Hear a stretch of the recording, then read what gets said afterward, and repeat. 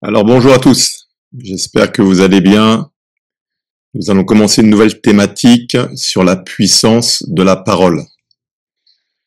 Voilà, et nous allons voir à quel point c'est important de méditer la parole, de connaître la parole, de proclamer la parole. Et si tu deviens quelqu'un qui prie sur la base de la parole, tu vas voir ta vie qui va radicalement changer parce que Jésus a dit lui-même que la chair ne sert de rien. Et les paroles que je vous dis sont esprit et vie. Donc lorsqu'on parle, qu'on proclame la parole sous l'inspiration du Saint-Esprit, la parole ne revient point à nous sans effet, car Dieu veille sur sa parole pour l'accomplir. Bien entendu, si on proclame des paroles qui sont en accord avec sa volonté. Donc on va commencer aujourd'hui sur la méditation des Écritures, pour comprendre à quel point c'est important, voilà, de méditer la parole. Et en introduction, on va voir déjà de faire la distinction entre lire et méditer. Alors qu'est-ce que c'est que lire ? C'est simplement prendre connaissance du contenu d'un texte écrit, tandis que méditer, c'est soumettre à une longue et mûre réflexion. Voilà. Donc lorsque je lis un article de presse, je vais simplement lire le texte. Lorsque je commence à méditer, je vais commencer maintenant à faire attention aux mots qui sont utilisés, et puis à partir dans des réflexions pour pouvoir rentrer dans la profondeur du texte. Donc lorsqu'on médite les Écritures, on va le voir, c'est comme si je descends dans des couches inférieures de réflexion, et pendant que je fais ça, le Saint-Esprit maintenant peut prendre un passage ou un mot et commencer à l'illuminer dans mon esprit et m'apporter une révélation spécifique par rapport à ce passage ou à ce mot. Voilà. De même, quelle est la différence entre entendre et écouter ? Donc entendre est un acte passif. La personne qui entend ne fait pas particulièrement attention aux sons qui l'entourent. Elle les perçoit tout simplement parce qu'ils font partie de son environnement. En revanche, écouter requiert une intention, une volonté de la part de la personne qui effectue l'action. Elle porte son attention sur les sons qu'elle désire percevoir. Elle est active. Quand on écoute, on est attentif à ce que l'on entend. Et donc, voilà, vous entendez assez régulièrement cette question-là, notamment dans le cadre du couple. Est-ce que tu m'écoutes ? Ah, oui, je t'écoute. Ok. Est-ce que tu peux me répéter ce que j'ai dit ? Voilà. Et donc là, on peut voir si tu écoutais ou pas. Voilà. Donc, faut bien faire la distinction donc entre lire et méditer et entre entendre et écouter. On peut croire que ce sont des synonymes, mais non. Les mots et les définitions se distinguent. Alors, première partie, la méditation des Écritures. Le premier point qu'on peut dire, c'est que la méditation des Écritures, c'est ce qui permet de porter du fruit. Voilà. Le psaume chapitre 1, versets 1 à 3, dit la chose suivante. « Heureux l'homme qui ne marche pas selon le conseil des méchants, qui ne s'arrête pas sur la voie des pécheurs et qui ne s'assied pas en compagnie des moqueurs. » Donc là, on voit trois verbes. Hein. On voit marcher, s'arrêter et s'asseoir. Au verset 2, « Mais qui trouve son plaisir dans la loi de l'Éternel et qui la médite jour et nuit, il est comme un arbre planté près d'un courant d'eau, qui donne son fruit en sa saison et dont le feuillage ne se flétrit point, tout ce qu'il fait lui réussit. » Donc là, comme je l'ai dit là, il y a trois verbes, il y a marcher, s'arrêter et s'asseoir. Donc ces verbes-là sont intéressants parce que au départ, il y a un mouvement, donc on marche. Ensuite, on s'arrête et on s'assoit. Et en fait, méditer, c'est le fait on est dans des activités, donc on arrête ces activités-là, voilà. On s'arrête et on s'assoit. Donc quand on s'assoit, on a une posture qui nous met en capacité maintenant de pouvoir nous concentrer sur la réflexion qu'on veut avoir. Voilà. Et donc cette réflexion, c'est laquelle ? C'est de trouver son plaisir dans la loi de l'Éternel et la méditer jour et nuit. Le mot hébreu pour méditer, c'est le mot aga, qui veut dire grogner, grommeler, méditer, murmurer, réfléchir, parler, proférer, pousser des cris. Donc on voit que le mot aga, voilà, correspond à une méditation bruyante. Alors, ce point est intéressant parce que généralement, lorsqu'on médite, on va réfléchir, donc, on va raisonner, réfléchir dans nos pensées. alors que le mot haga, c'est réfléchir à voix haute. Et donc, ce qui est intéressant, c'est que dans l'Ancien Testament, voilà, dans le mode opératoire hébraïque, il y avait 3 écoles d'apprentissage.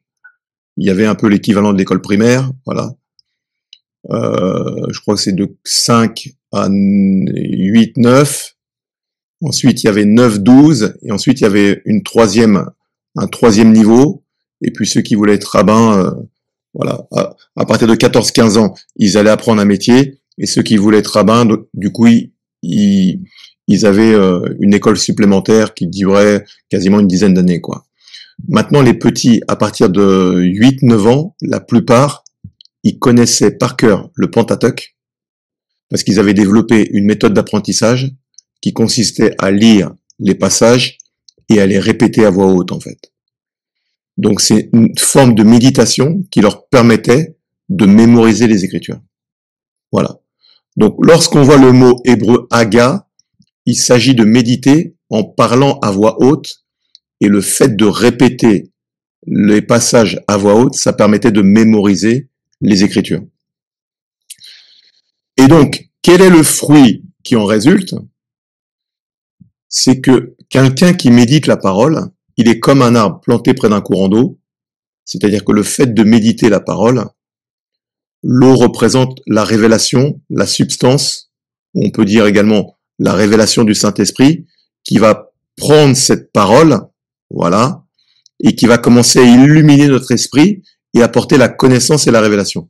Dans le psaume 119, 130, le verset dit « La révélation de tes paroles est claire, elle donne de l'intelligence aux simples. » Et psaume 119, 115, « Ta parole est une lampe à mes pieds, une lumière sur mon sentier. » Donc, lorsque quelqu'un médite la parole, il est comme un arbre planté près d'un courant d'eau, c'est-à-dire que il est constamment, voilà, irrigué, abreuvé par l'eau, et donc il porte du fruit constamment. En d'autres termes, quelqu'un qui médite la parole, de la même manière que l'eau est indispensable pour le corps humain et qu'elle permet de porter du fruit, celui qui va méditer la parole va recevoir la révélation du Saint-Esprit, à savoir l'eau, et ça va lui permettre de porter du fruit. Qu'est-ce que c'est que du fruit? Il va avoir des idées pour pouvoir créer des choses, il sera rempli de la paix, de l'amour divin. Voilà, il va commencer à recevoir la parole de Dieu, il va pouvoir développer une communion avec Dieu, c'est ce qui va lui permettre de réussir. Voilà, c'est la méditation des Écritures. Donc, définition d'haga. Le verbe hébreu haga signifie principalement méditer ou réfléchir profondément. Il véhicule l'idée d'une considération réfléchie, souvent accompagnée d'un son bas ou d'un murmure, comme on peut le faire lorsqu'on se parle doucement à soi-même. Dans le contexte de la Bible hébraïque, haga est fréquemment utilisé pour décrire l'acte de méditer sur la loi de Dieu, ses œuvres ou ses paroles, suggérant un engagement profond et intériorisé avec les vérités divines. Et dans le contexte culturel et historique, dans la culture hébraïque ancienne, la méditation n'était pas une activité silencieuse et passive, mais un engagement actif avec le texte ou le sujet. La pratique de la haga consistait à vocaliser ou à murmurer les mots de l'écriture pour leur permettre de résonner dans le cœur et l'esprit. Cette méthode de méditation faisait partie intégrante de la vie spirituelle des Israélites, car elle facilitait la mémorisation, la compréhension et l'intériorisation des commandements et des enseignements de Dieu. Voilà, donc on voit que méditer, là, le mot haga, c'est murmurer à voix haute. Donc, supposons, je prends Jean 3,16, car Dieu a tant aimé le monde. Non, tiens, je vais prendre Psaume 23,1. L'Éternel est mon berger, je ne manquerai de rien. Tu me fais reposer dans de verts pâturages. Tu me diriges près des eaux paisibles. Tu restaures mon âme, tu me conduis dans les sentiers de la justice à cause de ton nom. Voilà, supposons quelqu'un qui va méditer ce passage-là. L'Éternel est mon berger, je ne manquerai de rien. Ok, qu'est-ce que c'est le berger? Le berger, c'est celui qui conduit les brebis. Il me fait reposer dans de verts pâturages. Ok, donc je comprends que quand le berger me conduit, il m'emmène dans un endroit où j'ai le repos. Et le pâturage représente la nourriture. Donc si je suis le berger, je suis au repos parce qu'il m'emmène dans un endroit de paix où je bénéficie d'une nourriture. Et on sait dans Jean 10, voilà, que Jésus dit « Je suis le bon berger qui donne sa vie pour ses brebis ». Donc là, vous voyez, si je le lis de manière littérale, je vais enchaîner les versets. En revanche, si je commence à le méditer, il y a des mots comme ça clés qui vont sortir du texte et qui vont me permettre d'avoir une révélation beaucoup plus profonde du texte. Et cette révélation vient s'inscrire dans notre esprit, voilà, et nous apporter maintenant une assurance et une confiance que si je suis le bon berger, il me fait reposer dans de verts pâturages. Voilà. Donc, deuxième point, la méditation des œuvres de Dieu permet de se rappeler ses bienfaits à notre égard. Donc là, on a vu que ce qui est important, déjà, c'est de méditer la parole. Ok, ça nous permet de porter du fruit. Deux, le fait de méditer maintenant ses œuvres, voilà, de méditer ce qu'il a fait dans notre vie, ça nous permet de nous rappeler ses bienfaits. C'est pour ça que c'est toujours important d'avoir un cahier pour pouvoir noter, voilà, les bienfaits que Dieu a fait dans notre vie, ou sur un PC, hein, de sorte que lorsque parfois on passe par des moments de défi, de challenge, le fait de reprendre ce cahier et de se rappeler ce que Dieu a fait, ça vient apporter une foi et une paix par rapport aux événements par lesquels on est en train de passer. Voilà. Donc si on va par exemple dans le psaume 103, versets 1 à 6, « Mon âme bénit l'Éternel et n'oublie aucun de ses bienfaits ». Voilà, donc c'est David, hein, le roi David qui parle. Hein. Il parle à son âme. Hein. Il dit « Mon âme bénit l'Éternel, n'oublie aucun de ses bienfaits ». C'est lui qui pardonne toutes tes iniquités, qui guérit toutes tes maladies. C'est lui qui délivre ta vie de la fosse, qui te couronne de bonté et de miséricorde. C'est lui qui rassasie de bien ta vieillesse, qui te fait rajeunir comme l'aigle. L'Éternel fait justice, il fait droit à tous les opprimés. Voilà. Je saute au verset 17. Mais la bonté de l'Éternel dure à jamais pour ceux qui le craignent, et sa miséricorde pour les enfants de leurs enfants, pour ceux qui gardent son alliance et se souviennent de ses commandements afin de les accomplir. Donc là, David dit, rappelle-toi de ses bienfaits. Quels sont ses bienfaits? Il pardonne, il guérit, il délivre, il couronne de bonté, de miséricorde, il rassasie de bien, il fait rajeunir, donc il donne la santé. C'est lui qui fait justice et c'est lui qui fait droit aux opprimés. Voilà. Ensuite, la méditation des œuvres de Dieu permet de prendre conscience de sa grandeur. Donc là, on est en train de voir l'importance de méditer. Hein. Pour pouvoir réaliser la grandeur de Dieu, c'est à travers la méditation de ses Écritures et la méditation de ses accomplissements qu'on se rend compte à quel point Dieu est grand, puissant et extraordinaire. Voilà, qu'il est le Dieu omniscient, il connaît toutes choses, omnipotent, il est tout puissant, El Shaddai, omniprésent, il remplit les cieux et la terre. Alors le psaume 103, versets 6 à 8, « Lorsque je pense à toi sur ma couche, je médite sur toi pendant les veilles de la nuit ». Là, on retrouve le mot « aga ». Voilà, donc c'est pareil David. « Lorsque je pense sur toi sur ma couche, je médite sur toi pendant les veilles de la nuit, car tu es mon secours, et je suis dans l'allégresse. À l'ombre de tes ailes, mon âme est attachée à toi, ta droite me soutient. » Psaume 77, versets 11 à 15. Donc là, j'ai mis la version Osterwald. « Je me rappellerai les exploits de l'Éternel, me souvenant de tes merveilles d'autrefois. Je méditerai sur toutes tes œuvres. » Donc là, c'est encore Aga. « Et je considérerai tes hauts faits. » Là, on va voir juste après que siyash, le mot hébreu siyash pour considérer, c'est le mot également, c'est un autre mot pour méditer. « Ô Dieu, tes voies sont saintes. Quel autre Dieu est grand comme Dieu?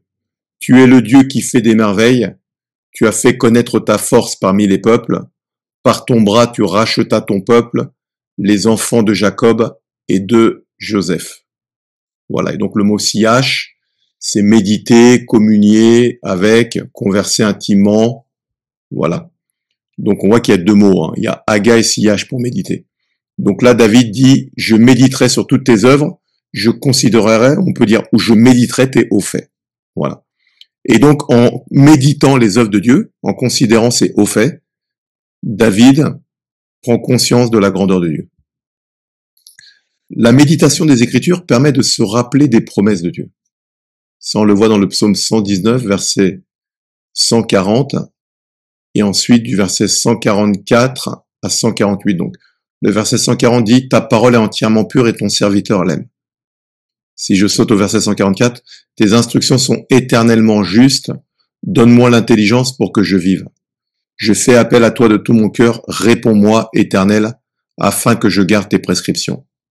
Je fais appel à toi, sauve-moi, afin que je respecte tes instructions. Je devance l'aurore pour implorer ton aide, j'espère en tes promesses. Avant la fin de la nuit, j'ouvre les yeux pour méditer ta parole.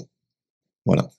Donc c'est le fait de méditer les Écritures qui permettait à David de se rappeler des promesses de Dieu. Et la Bible dit que Dieu n'est pas un homme pour mentir, ni un fils de l'homme pour se repentir.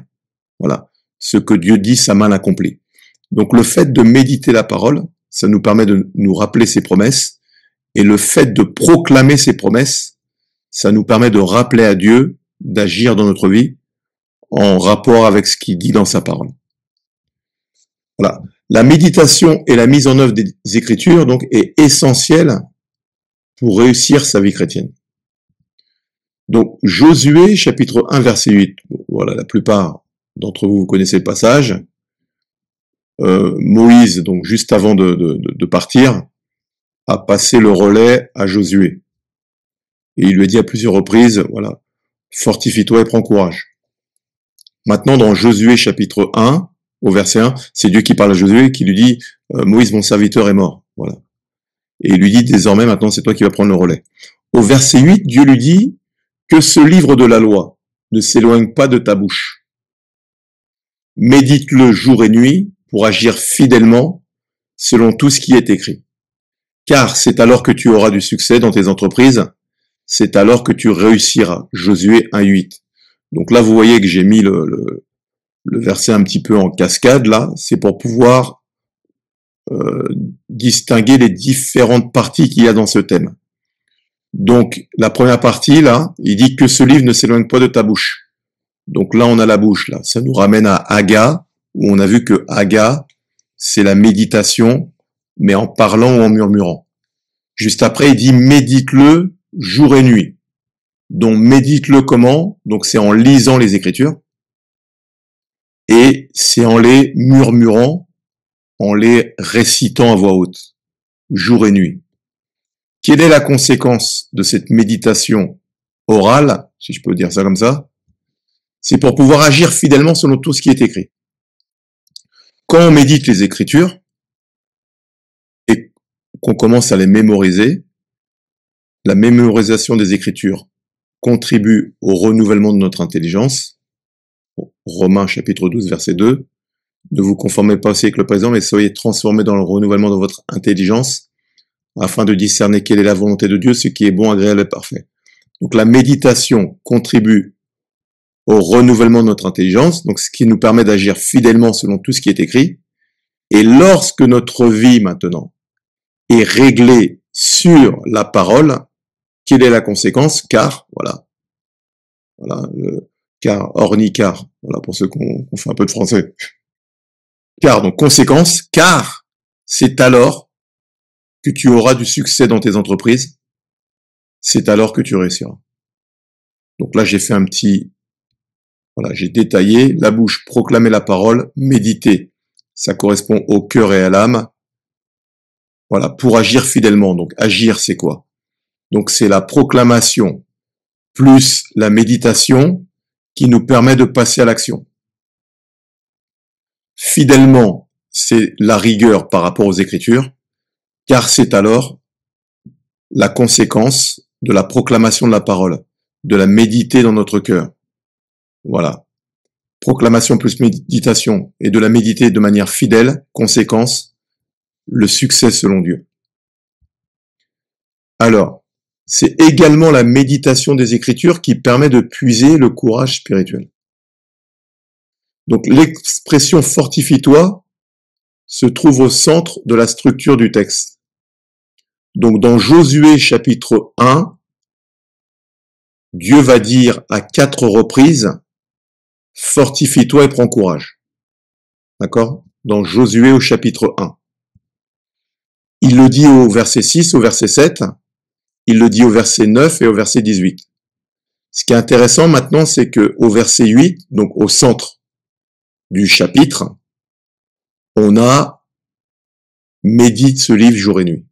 Alors je vais Je vais lire le texte pour qu'on comprenne bien. Donc j'ai 18 versets dans le premier chapitre, ok? Et donc au verset 8, voilà, 8 et 8, 16, bon c'est pas exactement 18, mais voilà, presque. Au centre du chapitre, j'ai médite ce livre de la loi nuit et jour. Alors au verset 6, fortifie-toi et prends courage, car c'est toi qui mettras ce peuple en possession du pays que j'ai juré à leur père de leur donner. Verset 7, fortifie-toi seulement et aie bon courage, en agissant fidèlement selon toute la loi que Moïse, mon serviteur, t'a prescrite. Ne t'en détourne ni à droite ni à gauche, afin de réussir dans tout ce que tu entreprendras. Verset 8. Que ce livre de la loi ne s'éloigne pas de ta bouche, médite-le jour et nuit pour agir fidèlement selon tout ce qui est écrit, car c'est alors que tu auras du succès dans tes entreprises, c'est alors que tu réussiras. Verset 9. Ne t'ai-je pas donné cet ordre? Fortifie-toi et prends courage. Ne t'effraie point et ne t'épouvante point, car l'Éternel ton Dieu est avec toi dans tout ce que tu entreprendras. Et maintenant, on saute au verset 18. Tout homme qui sera rebelle à ton ordre et qui n'obéira pas à tout ce que tu lui commanderas sera puni de mort. Fortifie-toi seulement et prends courage. Donc là, on a 4 fois fortifie-toi et prends courage. Et au centre, au verset 8, on a médite que ce livre de la loi ne s'éloigne pas de ta bouche. Médite le jour et nuit pour agir fidèlement selon tout ce qui est écrit, car c'est alors que tu auras du succès dans tes entreprises, c'est alors que tu réussiras. On comprend donc que le fondement pour que Josué se fortifie et qu'il prenne du courage, le fondement central, c'était la méditation des Écritures. Voilà. Analyse des versets. Verset 6. Fortifie-toi et prends courage. Donc tu vas donner la propriété du territoire au peuple. Verset 7. Fortifie-toi seulement et bon courage. Tu dois agir fidèlement selon la parole pour réussir cette mission. Verset 8. Médite-le jour et nuit. Voilà. Là, il s'agit de quoi? De proclamer, de méditer pour passer à l'action. Et donc, c'est lorsque tu proclames, que tu médites, que tu passes à l'action. Voilà. C'est ce qui te permet maintenant de te fortifier et prendre courage. Verset 9. L'Éternel est avec toi si tu médites et proclames la parole. Et verset 18. Fortifie-toi seulement et prends courage. Les ordres donnés par Moïse seront en accord avec la parole. Donc c'est intéressant. On a vu depuis le début là, que la méditation des Écritures permet d'être comme un arbre planté près d'un courant d'eau. La méditation des Écritures permet de connaître les œuvres de Dieu. La méditation des Écritures permet... c'était quoi juste avant? Voilà, permet de réussir sa vie chrétienne. Et maintenant, la méditation des Écritures permet de puiser le courage spirituel pour pouvoir avancer dans la vie et affronter les différentes épreuves de la vie. Voilà. 7e point, la méditation des Écritures apporte la révélation. Donc Daniel, qui était en captivité à Babylone, c'est lorsqu'il a médité les manuscrits qu'il est tombé sur une prophétie du prophète Jérémie qui indiquait que la captivité à Babylone devait durer 70 ans. Ça, on le voit dans Daniel, chapitre 9, versets 2 à 3. La première année de son règne, moi Daniel, je me suis aperçu dans les livres que le nombre d'années indiquées par l'Éternel au prophète Jérémie pour la durée de la dévastation de Jérusalem était de 70 ans. Je me suis tourné vers le Seigneur Dieu en le recherchant avec des prières et des supplications, en jeûnant et en me couvrant d'un sac et de cendres. Donc là, on voit que la méditation des Écritures a permis à Daniel d'avoir la révélation sur le nombre d'années de captivité à Babylone. On voit également que Dieu se révélait à Samuel à travers la parole. Ça, on le voit dans 1 Samuel au chapitre 3, versets 19 à 21. Samuel grandissait, l'Éternel était avec lui, et il ne laissa tomber à terre aucune de ses paroles. Tout Israël, depuis Dan jusqu'à Beersheba, reconnut que Samuel était établi prophète de l'Éternel. L'Éternel continua à apparaître dans Silo, car l'Éternel se révélait à Samuel dans Silo par la parole de l'Éternel. Voilà. L'Éternel se révélait à Samuel dans Silo par la parole de l'Éternel. Donc là, dans ce texte-là, il s'agit en l'occurrence de la parole orale, on le voit lorsqu'il l'appelle, mais également de la parole écrite, voilà, lorsque Samuel a grandi, il est fort probable qu'il a commencé lui-même à méditer les textes, et donc l'Éternel se révèle à lui par la parole. Et enfin, la méditation des Écritures donne la sagesse et l'intelligence. Psaume 119, versets 97 à 106. Combien j'aime ta loi. Elle est tout le jour l'objet de ma méditation. Tes commandements me rendent plus sage que mes ennemis, car je les ai toujours avec moi. Je suis plus instruit que tous mes maîtres, car tes préceptes sont l'objet de ma méditation. J'ai plus d'intelligence que les vieillards, car j'observe tes ordonnances. Je retiens mon pied loin de tout mauvais chemin, afin de garder ta parole. Je ne m'écarte pas de tes lois, car c'est toi qui m'enseignes. Que tes paroles sont douces à mon palais, plus que le miel à ma bouche. Par tes ordonnances, je deviens intelligent. Aussi je hais toute voie de mensonge. Ta parole est une lampe à mes pieds et une lumière sur mon sentier. Je jure et je le tiendrai d'observer les lois de ta justice. Donc là, en fait, David est en train de dire au verset 99, je suis plus instruit que tous mes maîtres, car tes préceptes sont l'objet de ma méditation. J'ai plus d'intelligence que les vieillards, car j'observe tes ordonnances. Et au verset 98, tes commandements me rendent plus sage que mes ennemis, car je les ai toujours avec moi. Donc la méditation des Écritures, voilà, développe la sagesse et l'intelligence. Et c'est justement la désobéissance à la parole de Dieu qui nous disqualifie. Car la parole de Dieu nous enseigne la justice de Dieu. Donc quelqu'un qui étudie scrupuleusement la parole, qui la médite, va avoir la révélation de la justice de Dieu, à savoir ce qui est juste et ce qui est injuste aux yeux de Dieu. Du coup, lorsqu'une personne a la révélation de la justice de Dieu et qui commence à régler sa vie, sa marche, ses pas sur la justice de Dieu, il écarte de lui le malheur, voilà, et il attire vers lui la paix, la joie, et il commence à porter du bon fruit.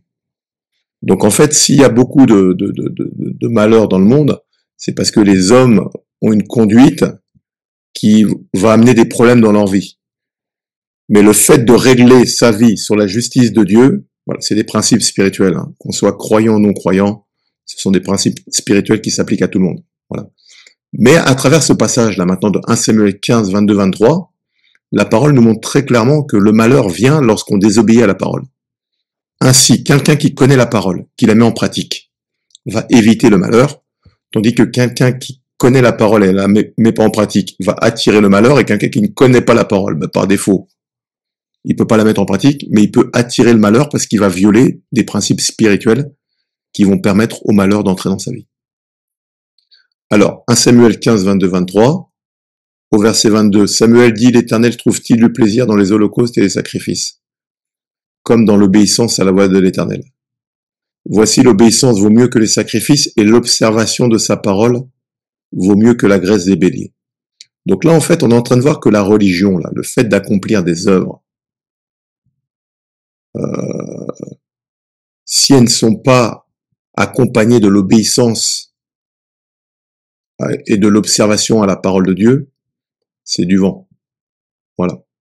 Verset 23, car la désobéissance est aussi coupable que la divination, et la résistance ne l'est pas moins que l'idolâtrie et les téraphimes, puisque tu as rejeté la parole de l'Éternel, il te rejette aussi comme roi. Et enfin, le 10e point, l'obéissance à la parole plaît au cœur de Dieu. Quelqu'un qui veut plaire à Dieu, c'est simple, il faut obéir à la parole. 1 Roi, chapitre 14, versets 7 à 9, va, dis à Jéroboam, ainsi par l'Éternel, le Dieu d'Israël. Je t'ai élevé du milieu du peuple, je t'ai établi chef de mon peuple d'Israël, j'ai arraché le royaume de la maison de David et je te l'ai donné, et tu n'as pas été comme mon serviteur David, qui a observé mes commandements et qui a marché auprès de moi de tout son cœur, ne faisant que ce qui est droit à mes yeux. Tu as agi plus mal que tous ceux qui ont été avant toi, tu allais te faire d'autres dieux et des images de fonte pour m'irriter, et tu m'as rejeté derrière ton dos. Donc là, en fait, on voit que David était un homme selon le cœur de Dieu, Ça, on le sait dans Acte 13, 22. Pourquoi? Parce qu'il observait les commandements de Dieu et qui marchait de tout son cœur en faisant ce qui est droit aux yeux de Dieu. Voilà, donc en conclusion, on a vu dans ce passage-là, sur cette thématique, la puissance de la parole de Dieu.